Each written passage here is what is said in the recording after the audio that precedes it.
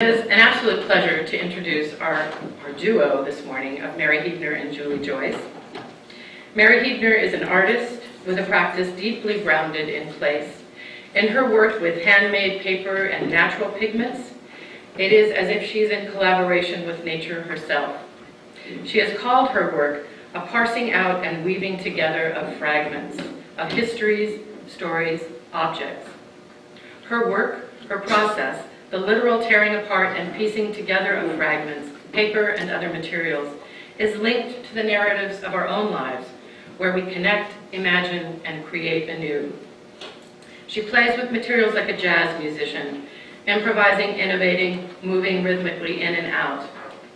Like Velasquez Suarez, Mary invites stories, and language is, poetry is, embedded in all she does. We are so fortunate to have her piece, Heron's View, in the galleries, and to see it in the illuminating company of artists such as Helen Frankenthaler and Dorothy Hood, thanks to the brilliant eye of contemporary curator Julie Joyce. We see things differently when Julie instructs and inspires us by placing them in visual conversation. We embrace new ideas and ways of seeing with every installation Julie orchestrates. She opens up to us the beautiful, the powerful, the difficult. We are so delighted to have these two marvelous women, these two wonderful friends, speak to us today. Please join me in welcoming Mary Heebner and Julie Joyce.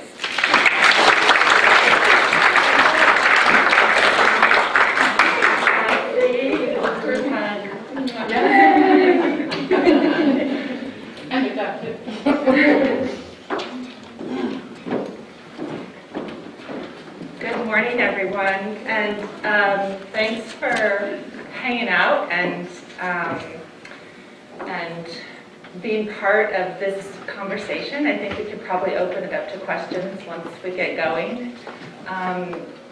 It's a real pleasure to be here in front of you this morning, and also to be here with Mary Heebner, who I've known for actually a long time, but I've had the pleasure of getting to know since I've been working here at SBMA. And I've had several studio visits with Mary over the years, and it's always a pleasure and a delightful surprise to see how she continues to reinvent herself and her work, or through her work, over the years. And this is something that's been happening for quite a long time now. Before I sort of open it up to Mary, and she's graciously and generously put together a PowerPoint for us to sort of look at her trajectory throughout the years, which is really great, and it's always fun to be able to experience an artist's work this way by looking back, because that's something you can't even do in studio visits, really, because the older work isn't there. But we'll be able to do that this morning and talk about sort of her growth and her trajectory as an artist. But I wanted to talk about sort of how the installation upstairs came about. And of course, you know that the general installation was put together in honor of our 75th year anniversary, and we didn't really plan anything strategically after that. We kind of put it up and we were like, oh, thank God it's up. And so a couple of us have felt that it's time for a refresh up there, and it's something I had actually been thinking about. At the same time, we had this this major painting by Helen Frankenthaler that had been on loan to us from, it was the estate of Zola Rex, actually, and we were hoping that they would donate it to us, and so finally last year they officially donated it to us, which was great. And so, although it had been up a couple times, we thought it would be really great to put that up. And so I kind of started there, but in the back of my head, I had a couple things in mind. You always want to try to do, it's always, when I try to do an installation up there, I'm always thinking about not just the permanent collection, but the relevance of the permanent collection today. In the last year, some of the things that have happened is, of course, Helen Frankenthaler has become recognized after her recent passing. Also, Dorothy Hood, whose work we've had in a permanent collection for, a while. She was the focus of a major retrospective at Texas A&M University, at the museum there, in 2015. And we were able to pull that painting out and I was able to really look at it for the first time off the racks as it was being sent off to Texas, and realize what an incredibly beautiful painting that is, and how pristine it is, and how timely that exhibition was for her. And how timely it is actually for a lot of female artists who have been working throughout the years. As you know, many, if you're paying attention nationally and internationally, the last sort of few years have sort of been the years of women. A lot of women who have been working diligently throughout the years have gained recognition in the form of major solo survey exhibitions. This has certainly happened with some of the Brazilian artists that preceded Valesca Soares. I, of course, was organizing the Valesca Soares show with that in mind. I intentionally wanted to focus on a woman. The market has started looking at women again. And for some of them, of course, it can't come fast enough or soon enough. But it's kind of nice, and I think it's not just out of a necessity because other things have gotten so unrealistic in terms of the market, but also just a reevaluation of, some of these, a lot of women have been overlooked throughout their careers, and often, unfortunately, they expire, they die before, they really get the recognition that they deserve. And so that was going through my mind. But also, over the years, we've acquired, through gifts, several works by Mary Heebner. And we have two works actually from the period of the 80s, and it's one of my favorite periods of your work, Mary. And I really wanted to, I sort of remember going through the vaults, and this is how you often find things, is you're looking for something else, and then in looking for that thing, which is often hard to find in our vaults, at least, hopefully that'll change with the renovation. You come across all these other things that you're like, oh wow, I gotta write that down. One of the things I came across was this collage, Heron's View. And I was like, wow, that is extraordinary. That's such a fantastic piece. I knew I really liked Mary's work from that period. I didn't really know we had this. And of course, I didn't know we had it because I went back to our inventory system, and we had the worst photograph ever of it in our database. So I took a few snapshots with my phone. Always good to have when you're in the vaults. As long as you have enough memory, that's a problem for me. And sort of tucked it away for future use. But in looking at not only Helen Frankenthaler's work and sort of that washy, this is just aesthetically speaking, but also in looking at Dorothy Hood's work, and we talked about this last week, Mary, it's almost, there's a language, there are a couple languages there that seem to communicate with each other, or they use certain things that are part of the same language. And one of that, as you see in Dorothy Hood's work, is this sense of collage that you almost get, and then you go up closer to it and you realize it's not collage. She did actually have a period of collage early on in her work. But in any case, there are so many things. Once I sort of got to the drawing board, and of course the Kenzo Okada piece I love. I've always loved that piece, and he's sort of affiliated with Colorfield along with Helen Frankenthaler. But when I went back and sort of was reading about Dorothy Hood in particular, who I didn't really know about, I realized that she actually spent a lot of time in Mexico, and she lived in Mexico. She was sort of known as a surrealist, but then became an abstract painter, like so many of them did. But she showed with people like Tamayo. hence the Tamayo, and I wanted to also put up some other things that would relate to the Getty PSTLALA shows going around, so a few works from our Latin American collection.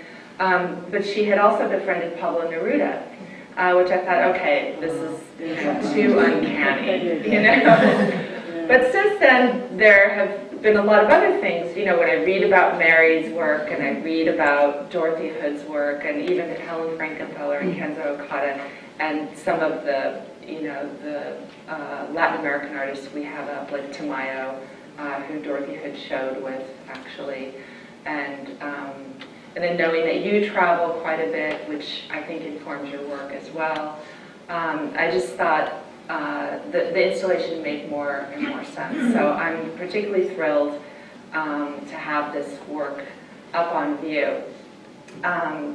So with that, I feel like I need to stop blabbing and start getting you to talk, Mary, for our docents, because I know they're very anxious to hear from you.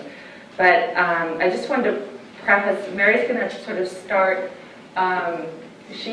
this was her, from her PowerPoint, 40 years of collage, or how I got from this, and then you'll see the next iteration of that, and I'll just ask you to go through that. But before that, I just want to sort of preface this with the fact that Mary has been a resident of Santa Barbara since about 1969. She sort of laughingly almost tells the story of how her parents didn't want her to go to Berkeley during 1969 because it was such a tumultuous time, and she arrives in Santa Barbara, and hence the Bank of America building burns down and riots in her plaza. So it must have been quite a hot spot of activity back then. But it's so rare and so nice to have an artist who's been here for so long, still working and living here, and it's just a pleasure to have you. But, so Mary, how did you get from Heron's View to this? You want to start talking, and then maybe I'll ask questions. Well, thank you, Julie, and thank you, Patsy, both of you are dear to me, and it's so nice to be able to make this presentation for all of you here. When I went and saw, I didn't know the piece was up, and someone gave me a little hint that I should go to the museum come after. And I was just shocked and very moved, very emotional about it. And it was kind of like greeting an old friend, because this piece was made in 1979-80, and it had been in a private collection for many years, and I hadn't seen it. And then they were downsizing and moving, and asked the museum, and the museum, I guess, has a powwow and decides, yes, we would love this piece. Still, I hadn't seen the piece for many years, and so to see it in such wonderful context, in a really tastefully done installation, and in what company, I felt very honored. So, well, it's well-deserved. Thank you. And you know, I have been working for 40 years in the medium of collage. I also paint and draw, photograph, and make handmade limited edition books. So I'm going to show you a little run-through of some of the work, specifically in collage, over these past 40 years. And then I can answer questions specifically about Heron's View or any of the other pieces that any of you want to know, if I can. First of all, when you start talking about work, hold on.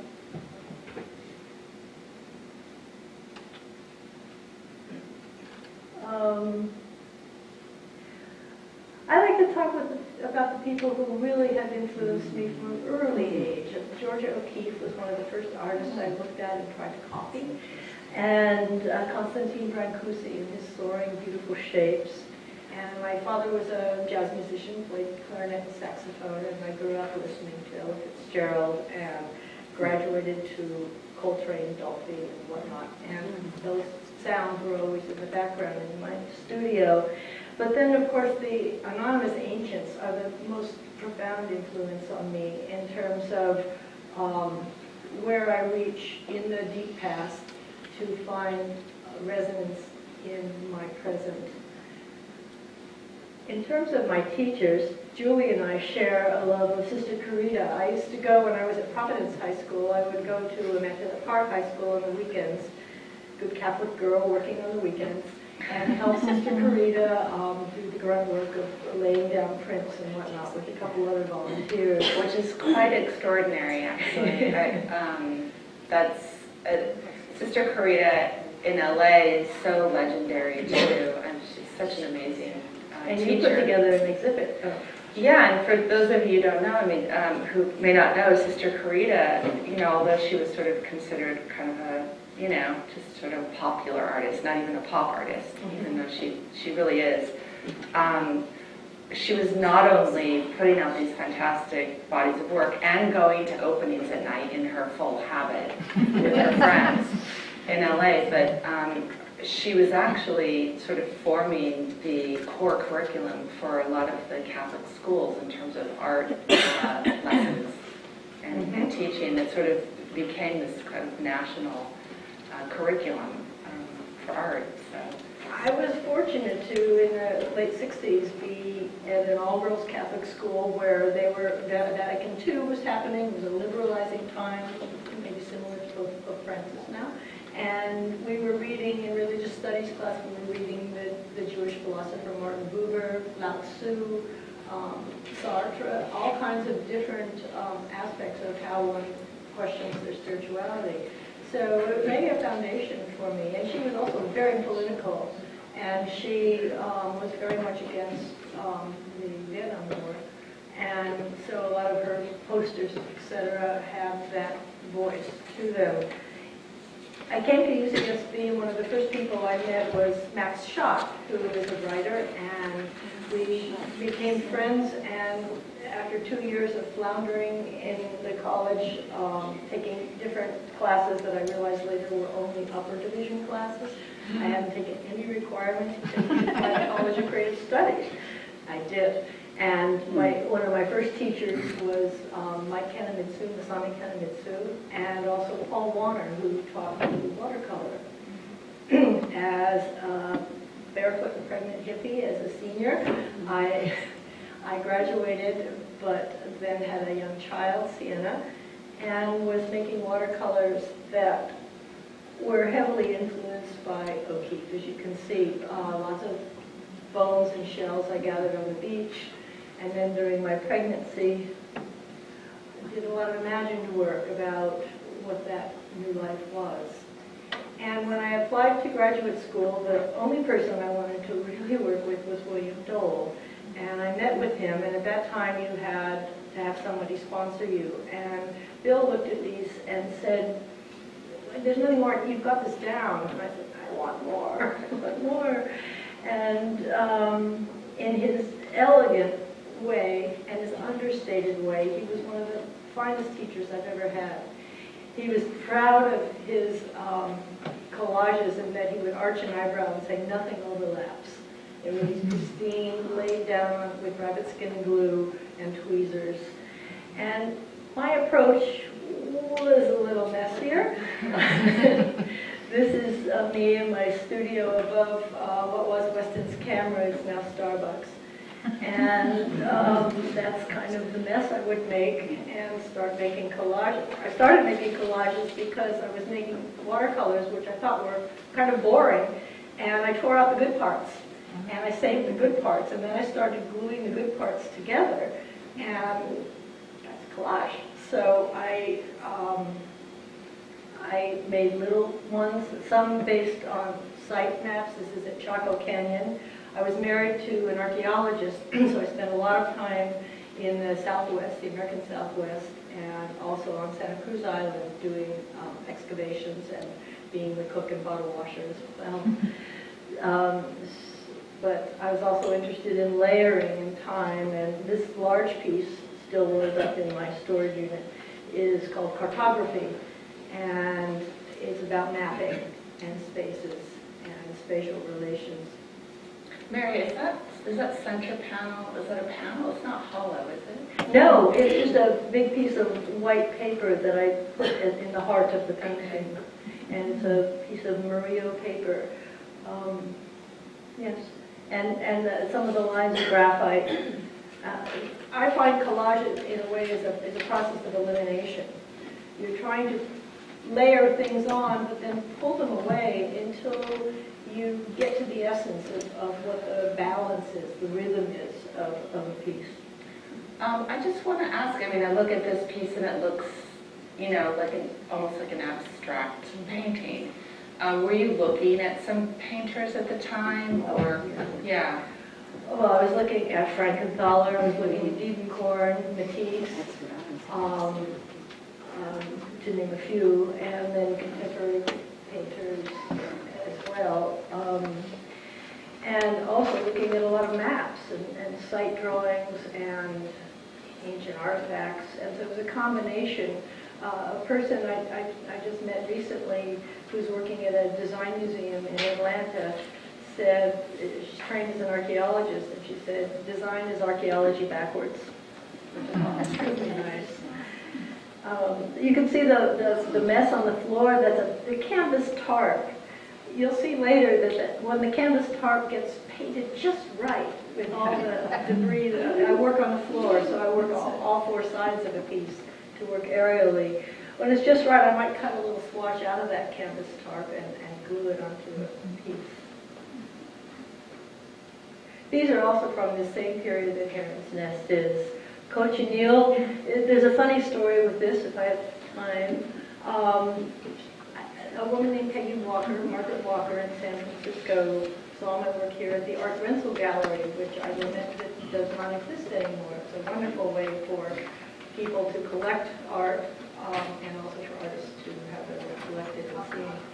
But anyway, Peggy saw my work, started representing me, and one of her dear friends, Doris Fisher, came by and said, oh, I have to have that. And I held it up to the light. This is the one on the left, Cochineal. And in that red area, you can see these little footprints going through it. Because my daughter, Sienna, at the time was about 2 or 4 or something, walked across my painting. And Doris said, I have to have that. And then the piece on the right, Spiritual, is the title of one of John Coltrane's songs. And this is in a local collection in Santa Barbara. As the wife of an archaeologist, I spent a lot of time with Chumash communities in Santa Barbara, and we actually had a sweat lodge in our backyard. So one of my lives has to do with that, and I thought of the night sky, and a lot of the pixelation is just taking a little blade, a razor blade, and stippling across the surface. And again, bisecting it. And when you see something that's vertical, I always see it as a figure of sort, and horizontal to me denotes landscape, although it's an abstract piece. And then these were called dream shirts. Uncle Thurman was one of the last living people. He was a Louisiano, but he could speak the language, and he was a cowboy and a wonderful soul. And I made this series of collages using powdered pigment. The white is a powdered titanium, and then there's some ochre that I gathered up in Gaviota at a cave that was, I probably shouldn't have that, but I did. And so from this came the idea of why do things have to be rectangles? Why can't they be shaped? And I did a lot of collages that had irregular shapes to them. These I called almost a kimono shape. And the black strip in the middle is from the same piece of Balinese silk that my friend Barbara Campbell, when I was a student, gave me. That is also in Heron's Nest. There's a piece of that silk. And there's a couple other shaped figures to me, and me with a perm in my studio, which was We all have them. It was on 914 Santa Barbara Street, which was right behind Playa Azul, which the Shaw family had given to the city in perpetuity for the arts. I fortunately had that space for nearly 30 years, longer than the Presidio. But it was a wonderful studio. And you can see in the top left of that figure with that sort of fan-like thing, that's also a rubbing. There's rubbing on heron's nest, and that's a rubbing from a drain. You know those city drains? They make really good patterns.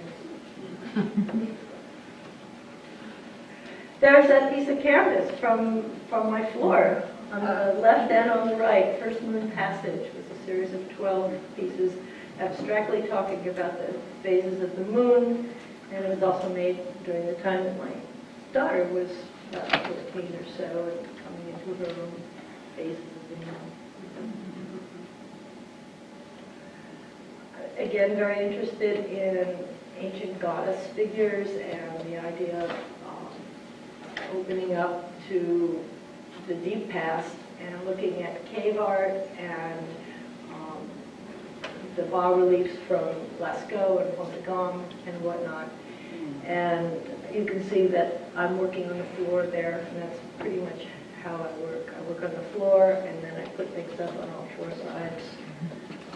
And things change when you're working aerially, and well, you get surprised.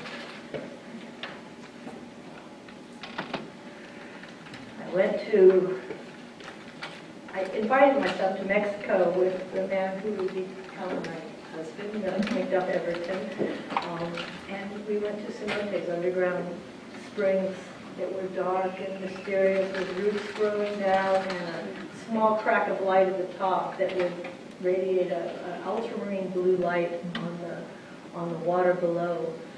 And so I covered the piece with black pastel and then erased out of it to pull out those shapes. And the series called Cenotes. So this was one of my first pieces influenced by love and travel. And then we went to Pompeii on an assignment to southern Italy. And in the Herculaneum, in the Villa of Mystery, and in Pompeii itself, the predominant colors of blacks and golds and reds really struck me as being stupendous. And I did a lot of, I keep saying I do a lot of work, and I should stop that. It's okay. Collages, impressionistic renditions of what I distilled from my experience in traveling there. And in 1993, the museum here put on a wonderful retrospective of William Dole's work to mark the 10th anniversary of his death. And 4 artists were asked to do an exhibition at the Frameworks Gallery, and it was Ted Villa, Margaret Ijima, Jim Risser, and me. And so I did this series called Dialogues with fragments of paper that Bill had given me and some other materials. It almost looks shiny up there. It's not Yeah. foil or anything. It's not foil. What I did was took a silver powder and mixed it with methyl cellulose, a binder, and rubbed it on the surface of Japanese paper, and then drew lines across it with graphite or folded it so that it would catch the light in different ways. Mary, when did you start making your own paper or getting into that part of the process? That was in 1983, I believe. Harry Reese and I, some of you may know Harry Reese and Sandra Turkey Press, invited a renowned paper artist, Suki Hughes, who wrote a wonderful definitive book called Washi, The Art of Handmade Paper, to do a workshop. And Harry said, I think you'd like this. And Harry and I had our first show in 1980 at the Art Rental Gallery, way back. So I just was hooked. It was amazing to make paper. And I'd used paper and altered it, but I'd never made it. And then the tiny little scraps of sheets I made were so precious I didn't want to use them. But then I went back and I worked with Suki again and again. And to this day, I still make paper. And when I do my books, I go back, usually back to New York to read on it and make additions to paper there. That middle piece, that little messy piece with the holes through it and stuff, is a much battered piece of handmade paper from the early series. And a lot of this has handmade paper. These were my imaginings of cave paintings. When I was a kid, I pore over this book about Lascaux. I still have it. And because I was visually oriented and I was looking at this rectangle, this photograph, I wasn't really just seeing the animal in it. I was seeing that ochre photograph as the composition. So my understanding was completely askewed of what the parietal art was, because what I was responding to was this overall composition of the photo. And you can see some figures in there that were loosely based on bas-reliefs from Font de Gomme. And it's a series called Shapeshifted. And similar in time, another series called Indigo Sketches. And these were, I was down in the Getty, Dr. Marion True, who was there, gave me a tour after I gave her this small book I did, a chapbook called Old Marks, New Marks, that had the Shapeshifter, the Dark Venus, and the Indigo Sketches in it. She invited me to come and work from the collections. And so I did drawings from the stacks, and actually Jens Steiner was a young intern who was my minder when he's now a curator. He's speaking here tomorrow at the museum.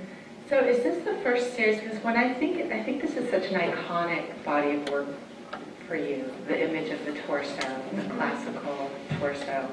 And I know you've explored different cultures too.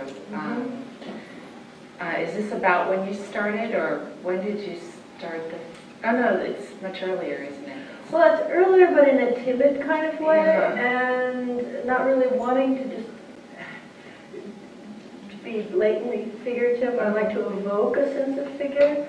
But you're right, these where I was actually drawing from sculptures. I was drawing from cycladic sculptures because I love that stark modernity of those figures, and from the pieces at the Getty collection. And did your work, I know for a while you sort of got away from the collage, and more into just straight drawing and painting.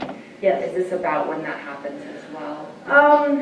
Well, this is a pretty densely collaged. This grayish tone, which is cut out to almost look like a silhouette of a figure on the left, is a wax and graphite and wax-coated tissue paper architects used to use for drafting before CAD labs and everything else.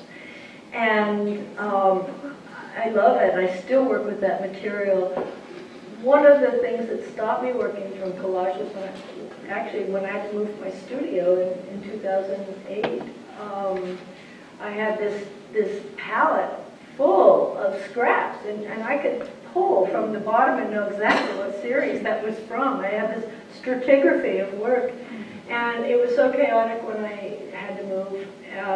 I just chucked it. I chucked it all. And, that was hard.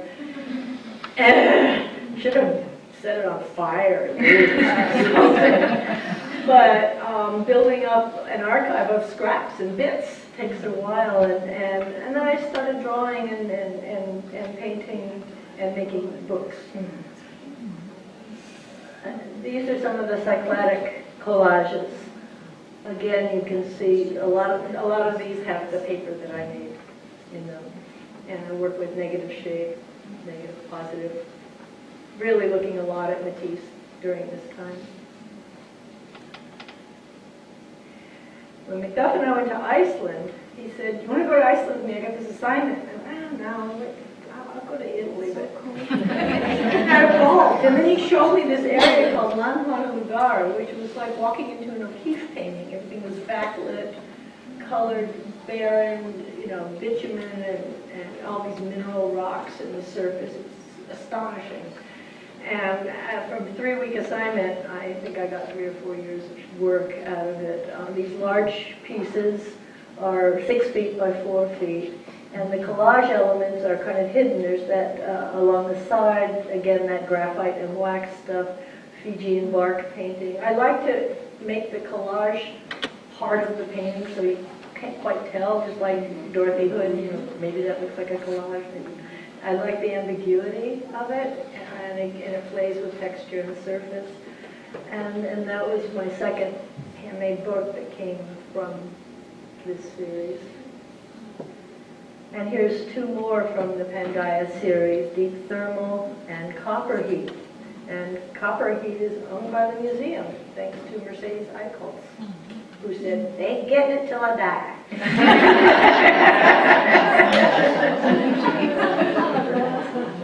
Bless you, Mercedes. That was in her bedroom. And it was down at the piano room too. She said Warren really liked it when Warren would come for the Music Academy. And you can see those three horizontal lines on the left. Those are my fingers, so you can get kind of the scale of these paintings that are collages. And I brought those paintings. They became part of this handmade artist book at the top, and then was chosen. The trade version was published by HarperCollins Rio to celebrate the centenario of Pablo Neruda's birth in 2004. And then the second book, Intimacies, came in 2008 with the same translator, Alistair Root. Another travel took me to the very top of Chile, took us to the top of Chile. The Laguna Saladas were these salt lakes at altitude. It's like 14,000 feet, 12,000 feet. And I looked down on this lake, and it looked like waves breaking around this lake. It was this cerulean blue, just amazing blue. And as we hiked down, the crackling of the surface of this cracky, salty plain, I realized those waves were frozen salt. It was just salt that was ringing it. And it was the way the Bolivians crossed to the coast. It was their salt route. Salt was life. And so in these grids, which is one of the first times I'm working with collage as grids, these little squares, the whole thing was painted that dark blue, and then I stuck these other things on top of it and tore holes in it so you could see part of the dark blue. I would sprinkle salt in certain areas, and the salt would absorb the pigment, and then it would dry, and I brushed off. Just because I thought that'd be fun. And, pink flamingos would land on this thing. It was crazy. And in Southeast Asia, Macduff and I went to Malaysia and Thailand and Cambodia. And to this day, I'm working with work from Cambodia, from Angkor Wat and Angkor Thom, the big site in that area. And these hanging pieces, this was an installation at Cal Poly, the museum there. I printed, because I didn't have a big printer, I printed these 8 by 11 squares, and then I liked that idea, because just like archaeology, where you're piecing together fragments to make a whole, I would deliberately overlap these, so it wasn't really exactly the photograph I took, it was a fragmentization and a putting together of it. And then it seemed reasonable to try to take that idea further by coloring.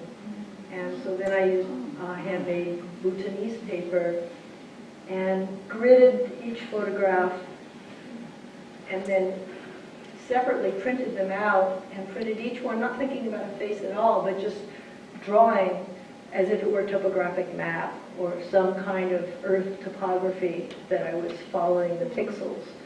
And then again, overlapping it, piecing it together to make what I call a geography of the face. And because I'm a Mediterranean at heart, my Italian grandma and everyone, I love ancient Greek and Roman sculpture. This was one of the Wright Ludington pieces that's now Getty. A youth, but again, you can see on the top too, those are 4 different squares painted separately, and then they go together to make a whole face. And the one on the left used to be called The Boy with the Phrygian Hat here, and they recently found out that it's an Amazon. And they did, at the Getty, they learned it's an Amazon because of some folds in her neck. And the one on the right was an anonymous woman from Alexandria, and that's in the Getty collection. I mean, it's the original sculpture is, my piece should be in the Getty collection. and when Macduff and I were in Merida, Spain, we went in this beautiful Moneo museum designed by the architect Moneo, and it was the Museo de Arte Romano. And it was 40-foot tall brick arches, gorgeous, with these marble sculptures of little Venuses and things. And I mean, they had the 40 feet because they took tesserae mosaic floors, the Roman floors, and put them on the wall. And I was like, that's how I work. Put things on the floor, put them on the wall. And so it just had in the back of my head, I want to do a Venus series. I'm going to do it. And so I gathered from different museums all over and took photographs and made drawings. And these are 6 feet by 4 feet. They're large handmade paper collages in which I incorporate photography as part of my drawing kit. Draw all over them. And the one on the right, Aphrodite from the Ashes, that crumpled looking stuff, that's again that wax and tissue. It's my secret sauce. And I burnish it and then I pull it off and it leaves this residue. Yes.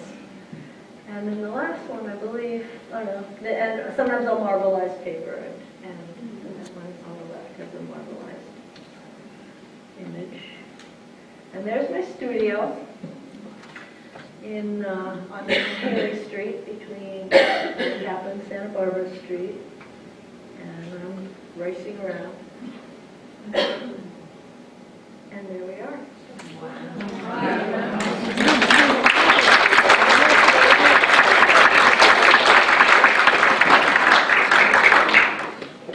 I guess we should probably open it up to questions. Does anyone have any questions at this point?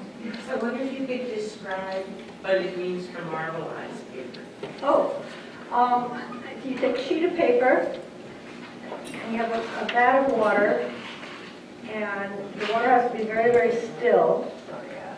And then I put ink or acrylic ink, colored ink, and a photo emulsion to sort of like oil on water, kind of like, so there's, I put them and then I blow, and when you make this pattern on the top of the surface of water, and then you lay a piece of paper on it, and it catches. It's a water catcher. It catches that pattern. There's a fabulous video that I saw on Facebook circulating where it was this company that was marbleizing paper and doing all these crazy. It's amazing what you can do with that. Oh, and then the Italians and the Spanish, they do it with an oil-based stuff, and they do incredible color. You've seen them on end papers and books. Yeah, they just tweak it a little bit, and it turns into these crazy, intricate patterns. Yes? You tend to work in very large sizes. I mean, some of these are pretty good size. You don't do little tiny works like I that. do. Do you? Oh, I Some of do. the collages, I imagine. Oh, I just, in fact, I didn't put it in here, but the latest ones I got to go on the same program, the Visiting Artist and Scholar program at the American Academy in Rome. I had this huge studio, and I was working on 6" by 4". Yeah, because you have to bring your own paper with you. Yeah, well, there was an art store there, which was great. But they have, only so much, And I have a lot of pieces that are like this size or smaller. It's sometimes tougher to work on a small piece and get it to work in a how-to-do. I like going back and forth, just like I like volleying back and forth between my big expressionistic mess and working on the books, which have to be pristine, and the 32nd of an inch matters, and all that kind of stuff. So I do small pieces. Most of the sizes on my website, which is just my name, maryheebner.com. Most of the pieces you can see the sizes are indicated there, and you're certainly welcome to make an appointment.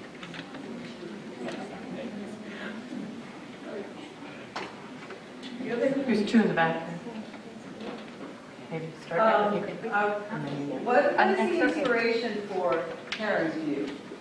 For Heron's View, I was, again, working aerially, and the names for things always came after. It's one of my favorite birds, the great blue heron, that I would walk around the lagoon and the slough and around the airport almost daily. And that sort of grayish blue color was just extraordinary to me. And the actual making of the piece had nothing to do with me thinking of herons when I was in the process of making it, except for maybe in the back of my mind that coloration, which incidentally that darker, that grayish blue shape is almost a perfect sister to Dorothy Hood's negative shape of the grayish blue. You really did a good job of that. The sanded part at the bottom, those lines, I had an irregular floor in my converted garage studio, and it had these lines, so I just used it. And you'll see a lot of sanded lines or drawn lines in pieces of that time using that. My work is very tactile. I like to work physically and tactily with it. Heron's View just came to me when I saw it. It just seemed like a perch. And you know how the herons nest up in the eucalyptus and whatnot. And what's their view as they're sailing along? I think that's one of the things we were talking about this is that I do also appreciate about your work is that there is a sense of landscape. I mean, some people are either landscape people or they're figure people, you know. You get the horizontal for the landscape and, you know, all these conventions. But there seems to be a lot of both in your work. And it's funny because I sensed a landscape, but I think I was talking to one of you in the galleries, and we sort of noticed that there's actually a figure in this piece. I mean, sort of. And I don't know if this is intentional, but sort of like with the arm here, kind of almost like a seated figure, like our Diebenkorn or something. But speaking of the permanent collection. But I really like the fact that you can find both. I mean, depending on the series, of course, but with your colors and even in the figures, there's a sense of maybe geology or archaeology or something like that. So in that way, you also get landscape. And I like the ambiguity because I like things that unfold in time and taking time to look at them. I think that's one of the things I love about books, you know, the possibility of layering. But in collage too, you've got so many elements going on. You can see different things in it. You may see a figure one time and then you may just see a field of blue another. So it keeps changing and that keeps it fresh for me. It isn't just one thing. It morphs a little bit. Mary was also noting that there's actually a piece of fabric in this piece too, which I didn't even see until you pointed it out. But this here, and of course this photo, I wonder if this is one of the older photos, but we have a better photo now. Or we will soon, I can't recall. And then right above the fabric, that sort of rectangular lines in it is a really, really thin, like just tissue thin piece of paper that I glued and then just laid on and kind of scooshed and folded to just give a little film over that colored area, just because I wanted to. I've always thought of collage by definition as being an abstraction and overlaying. I was interested in your mentor's comment about his collage that nothing overlapped.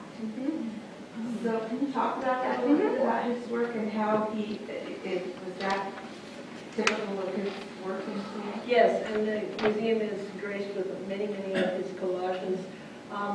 Collage means to glue. That's all it is. So it's some fabrication that involves glue. that you're laying things down and piecing them together. And like a montage is visually, a slideshow, blending of things. A collage is layering on, but it doesn't need to be layering over. Bill loved the idea of the flatness of a surface that then could elicit depth if you looked at it in a certain way. Could you reel back to his work? Sure.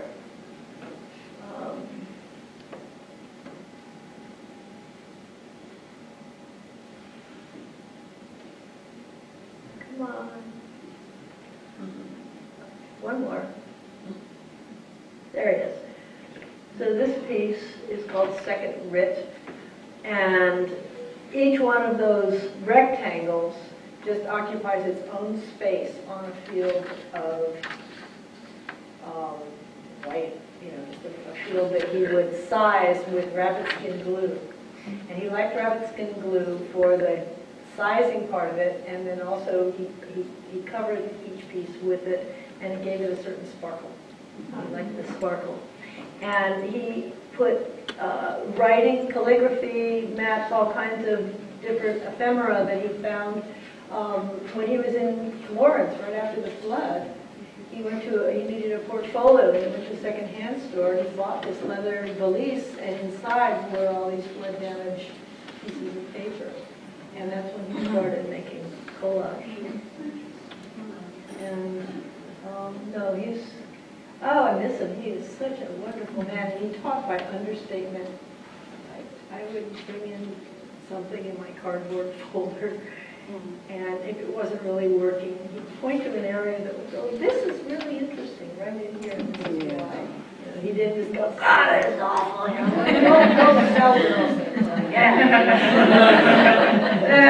So he was very encouraging, and I encourage you to look for his work. Yes? You paint also with the collage and what kind of paint? When you were painting, did you paint onto the curriculum? Oh yes, I paint on all the different pieces. Like there I am gluing, but hold on, let me get to these guys. All of these separately, the red and all this, are all painted with watercolor or acrylic. And were you doing canvas or paper? Paper. Always paper. Well, I did a period, I showed with a gallery in San Francisco, the Aldrich Gallery, and she said, if you put your stuff on canvas, I could sell it for a lot more money. And I did quite a bit of work for a couple years on canvas. I just don't like canvas. I mean, paper, the paint is different. It absorbs the color differently, or it resists it, or depending on the type of paper you use, the size of it, or whatever. It just seems to be living.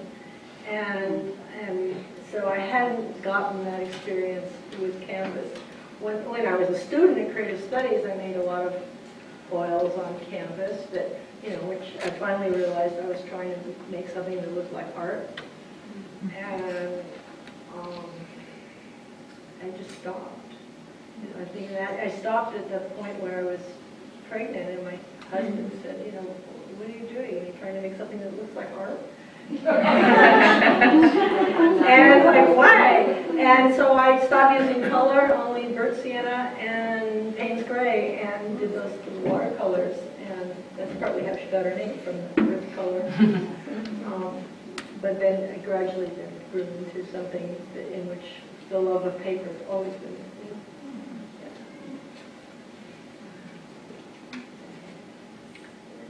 Yes?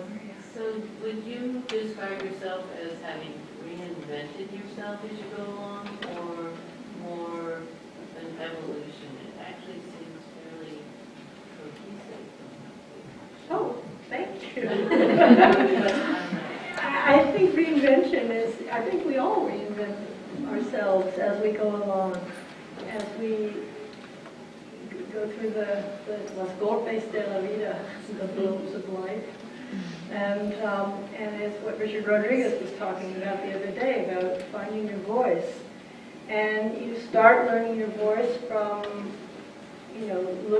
reading others, looking at what others are doing, and how does that match up, and how doesn't it? And so it really is a process of finding your voice. And then knowing what your voice is. You may have people that see something in your work that you haven't seen yet, you don't realize. I mean, I went through a period of time where I had an exhibit, and I wouldn't look at my art. So it is reinventing and also an evolution. And there's missteps that can lead to wonderful surprises. And there are lots of mistakes and false starts, but I think that's the same with everything, where you put yourself out there in some way and try to, push at things, and you're curious. You just try new things. I wouldn't be happy to just make the same painting over and over and over again, even if I did make a lot of money. I don't think I'd be very happy with that. I'd be very restless. That might be a perfect place to end this discussion. It's so eloquently put. And Mary, I just want to thank you so much for being here. It's such a pleasure to have you here, but moreover to have your piece on view in the Ridley Tree galleries. And I hope we can keep it up for a long time, because it makes me happy whenever I see it. Thank you so much. Thank you.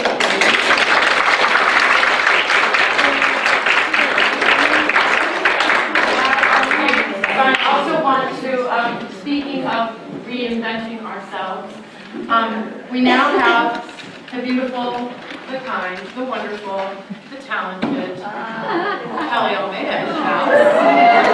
So, do you want to sit there?